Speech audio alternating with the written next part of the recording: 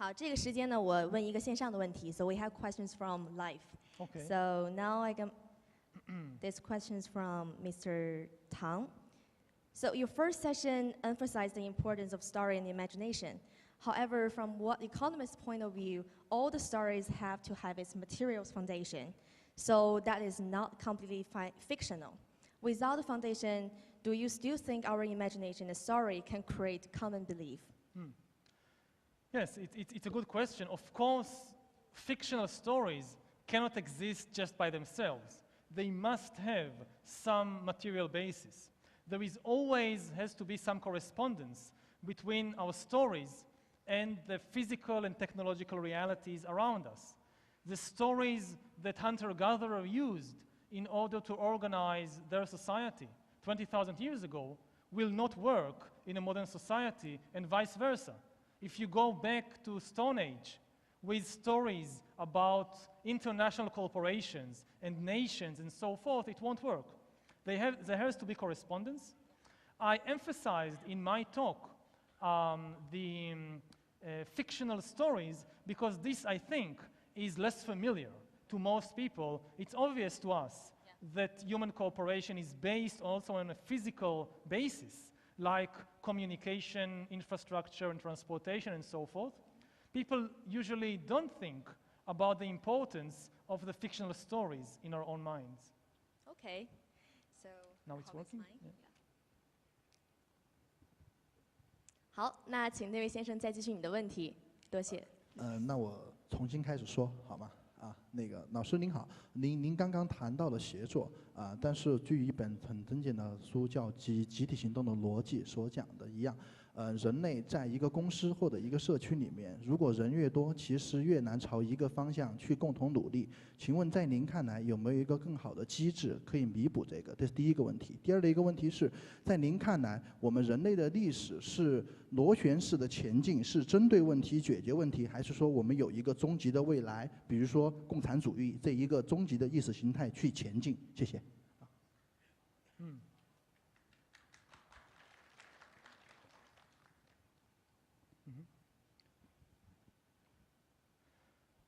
So when it comes to collaboration, I can only repeat what I said in the first lecture, that yes, it's very difficult. It's maybe the most difficult thing in history in the world to make many people, millions of people, collaborate together towards a common goal. And the way to do it is to create some story in which everybody believes. And as long as everybody believes in the same story, they all collaborate, they all follow the same norms and rules, even if they don't know each other. If it's a small number of people, say 20 people or 100 people want to collaborate, you don't need these imaginary stories. They just have to know each other, and that's fine. A family or a small family business with, say, 20 employees, they don't necessarily need this. But if a small family business becomes a huge corporation, from 20 employees, you go to 20,000 employees, there is no way that 20,000 employees can all know each other. This is why many family businesses, when they become too big, they crash, they fail, because they cannot adapt. They think that they can manage 1,000 people in the same way that worked so well in an intimate business of 20 people, but it can't be done. You have to change the way that you cooperate, and here creating a kind of common story is a key. The other question was? 第二个问题你可以再简单重复一下。About whether it's in circles or whether it's going in a direction. Well, what I try to emphasize is that, yes, there are many circular movements in history, like you build a big empire, and then it collapses, and then somebody builds another empire, and then it collapses, and you get the impression that history is moving in a circle, and we are not getting anywhere. But what I tried to show is that even though this is true, when you look at the level of, say, a few decades or a few centuries, you don't see a clear movement. When you go up and look at history from the vantage point of thousands and thousands of years, then it is very clear that history has two distinct directions. They are towards power and towards unity. It's very clear that humankind today is far more powerful and far more united than 1,000 years ago or 10,000 years ago. So in this respect, history is not circular, it's going in a straight line.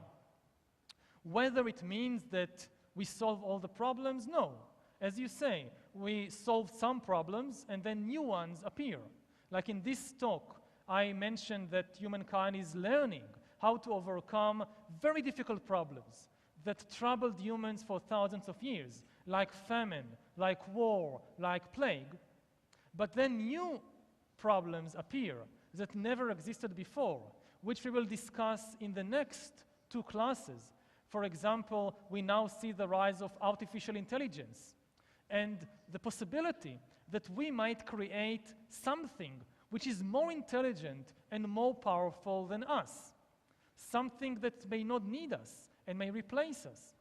So this is a danger, this is a problem that no previous human civilization had to deal with. So we solved famine, and now we have to deal with the problems of artificial intelligence. 刚才他也提到了一个家族企业的这样一个观点哈。实际我们今天在座的呢，很多都是企业家和创业者。We know that you have such diverse angles looking into things. So what's your approach to dig into business field? To Approach the business field. well, You get to learn the market and all the needs. I'm not a business expert. I don't have, I think, very good advice on how to build a business. If I had good advice, I would do it myself instead of telling you. I'm a historian. I look at a very, very broad picture of history over centuries and thousands of years. In order to be a good businessman, I think you can't think in terms of thousands of years. This is good for historians, for philosophers. To build a business, you have to be far more focused on the near future, or maybe on the medium future, a few years, 5 years, maybe 10 years. So in the next two talks later in the afternoon, I will discuss some of the future trends of the economy and of human society, and this may be somewhat helpful, but it's not like concrete business advice on how to build a business and how to succeed. 好，我们下一个问题，这边的男士。Hey, Harari. So first of all, I should apologize for my poor English that I can only understand maybe 80% of your lecture. But I still have some problem to discuss with you. As you mentioned that we already have maybe six times energy than the 20,000 Asian guys, and you said that we haven't 6 times happier. Actually, I can't agree with that because maybe we have the cell phone, we have the air conditioner, and you can traveling to China very easy with the airplane. So why not we call them? They are some kind of happy. So this is my first. 我们就只问一个问题，多谢。 Okay. 先让他回答这个吧。Okay. So yes, we are definitely much, much more powerful, and in many respects, life is much more comfortable. I can travel from Israel to China in a business class on the airplane with air condition and with stewardess that give me lunch and so forth. Much more easy than hunter-gatherer who could never reach China. And even if he wants to travel just to the next valley, it's very difficult. You have to walk. There is no stewardess and no business class. So life, yes, is more comfortable, but there is a big difference between comfort and happiness. People can be very comfortable and still feel very unsatisfied. And again, the deep problem is of expectations. If you don't have air condition and nobody has air condition, then you accept this is life. Now it's hot, I'm hot. Now it's cold, I'm cold. And you get used to it, you adapt to it. People can adapt to even extreme conditions. But once you have air condition, your expectations change. I want always to feel nice. I want always the temperature to be 25 degrees. And then something happens. The air condition is not working, or I have to travel somewhere and it's very hot. So because my expectations are now much different from those of my ancestor, he would not have mind at all. He could be still happy in these conditions. But I feel very anxious and angry. Why I have to suffer this now, this heat? Why is the air conditioned? So yes, people are becoming more powerful. Life is becoming in many ways more comfortable, but the expectations change. And once the expectations change, people are not as happy as they could be. And otherwise, you would have seen that like everybody here in this hall would be extremely happy. If any one of you could meet your great-grandfather and tell them how you live, what kind of luxuries, what kinds of comforts you enjoy, then your great-grandfather or grandmother would say, you must be living in paradise. Every day you wake up singing and dancing and feeling very happy all the day. Is this the case? I guess not. Maybe one or two of you, yes. But I guess that most of you have all these anxieties and problems, and I have to be here, and I have to do this, and he said this, and she said that, and so forth and so on. So despite all the comforts and all the energy and all the air condition, why aren't we so happy? And two key reasons is the change in expectations and this deep tendency of the human mind to react to achievement and to pleasure, not with satisfaction, but with craving for even more. If you don't have money, you want $1 million. If you have $1 million, you're not satisfied. You want $10 million. And like this, it continues. OK， 我们下一个提问的机会给这边的社员，后面的女士。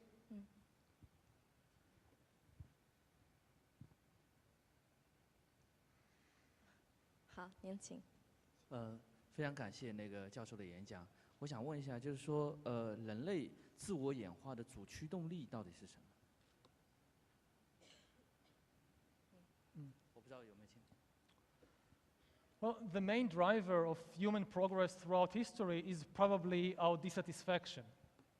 Because no matter what humans have in this culture or that culture, they're not satisfied. They want something better. They want something more. So they constantly try to change the world. They constantly try to invent something new. They constantly try to create more. And this is what is driving history forward.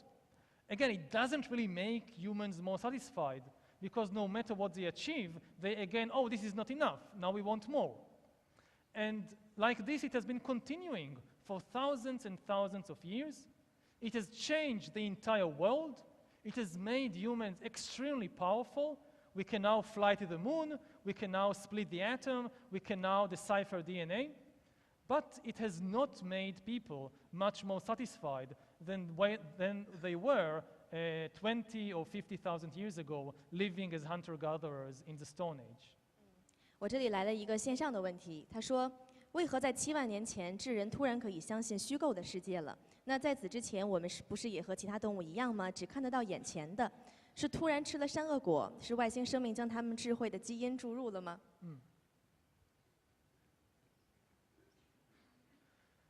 Well, that's again a very good question, which a lot of scientists are studying as we speak. What happened to Homo sapiens about 70,000 years ago that suddenly enabled this particular ape to start imagining and telling fictional stories and thereby collaborating in large numbers? What happened 70,000 years ago that suddenly people could start believe in gods? Whereas elephants or chimpanzees or Neanderthals don't believe in God. And the sad answer is that we don't know. In science, one of the best things about science is that when you don't know something, you can just say, I don't know. In religion, in contrast, if you ask a priest some important question, like how God created the world or something like this, there must always be an answer. The Christian church will never say, oh, we don't know, because their story has to be complete. But in science, one of the best things about science is that science is willing to admit ignorance. If you don't know something, then just say, I don't know, and continue to research. So this important question, what happened to the humans 70,000 years ago, the best hypothesis we have is that some chance genetical mutation in the DNA caused a change in the internal structure of the human brain. Now, say 2 parts of the brain that were previously separated became connected because of some chance mutation. And this led to the new ability to start imagining and creating and telling fictional stories. But this is just a hypothesis. We do not have any frozen brains from 70,000 years ago that can verify this hypothesis. So there is a lot of research on evolution, on human DNA. There is a lot of research trying to compare. We now have DNA mapped not only of Homo sapiens, but also of other humans like Neanderthals, like Homo Denisova, and of course we have DNA of other apes like chimpanzees. So there are many experts that compare the DNA and they try to look for the different genes and what they do. So maybe in 5 years or 10 years we'll have an answer, but at present we don't. 谢谢大家的热情啊！今天上午时间关系，我们再问最后一个问题，我们给前排的这个先生吧。稍等一下，我们话筒会过来。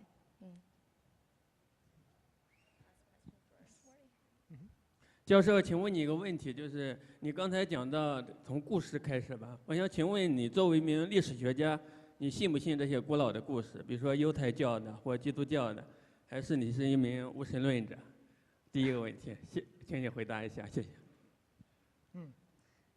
Well, I personally don't believe in God, and I don't believe in the various religious stories of Judaism or Christianity and so forth. I would say that some stories are essential. Stories are not bad. Stories can be good. They serve a purpose. They serve the purpose of enabling the humankind to cooperate. You don't necessarily have to believe in God, but you have to believe in something. So story, for example, of money is very helpful if people stop believing in money, the economy will collapse. So I'm not saying stop believing in all the stories. What is very important is to be able to distinguish what is fictional story and what is reality. To distinguish between fiction and reality is one of the most important things for humans, especially today. Because if you don't know the difference between what is fiction in our mind and what is reality, many people become enslaved to the fictions in their mind. Many people spend their whole lives, and sometimes entire countries may even go to war because they believe in some fictional story. Like we believe in this God, and they believe in that God, so we now go to war and kill each other by the millions, forgetting that all these stories and all these gods, they are our own invention. They are just a fictional entity. They are not real. So how do you tell the difference between a fictional entity and the real entity? There is reality. Not all the world is just fiction in our own mind.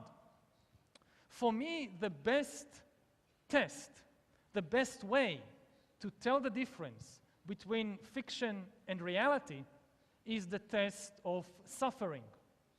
If you want to know whether something, an entity, is real, ask yourself, can it suffer? A bank cannot suffer. A corporation cannot suffer. If a corporation goes bankrupt, the corporation doesn't suffer. It's not real. It's just a story in our mind. The people who lose their job or the people who lose their money, they suffer. They are real. Similarly, if a country goes to war and suffers a defeat in war, the country doesn't really suffer. It's just a metaphor. Countries cannot suffer. They don't have consciousness. They don't have mind. They don't really exist in this sense. They can't feel anything. Human beings, in contrast, and other animals, they are real. They really suffer. If a soldier is killed in war, he suffers. His family suffers. Even a cow If you kill the cow, or if you take away the calf, the baby cow, the cow suffers. So the cow is real. A cow is more real than Google or than the World Bank, because a cow can really suffer. It really feels something, whereas the World Bank doesn't feel anything. So it doesn't mean we need now to stop believing in the World Bank. It will cause an economic crisis, and it will cause a lot of suffering. But we should be very clear in our minds what are real entities in the world and what are fictional entities that exist only in our stories.